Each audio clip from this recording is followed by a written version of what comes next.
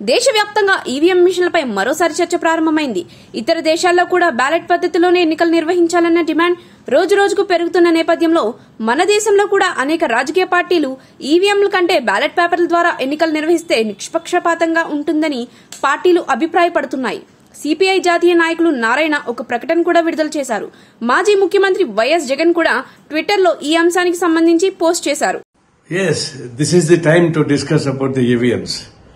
Throughout the world, 122 countries, there is no EVM system, including the leading countries. All countries are banned of the EVMs, and they are going for the paper ballot, including America, Japan, everything. Such a worldwide accepted of that EVMs is doubtful. Then why this India is not accepting that? Now this is time.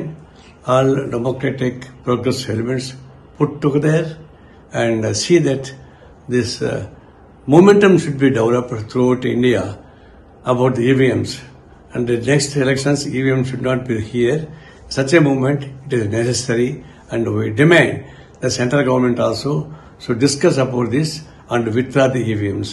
Otherwise, it is encouraging the false and manipulated results.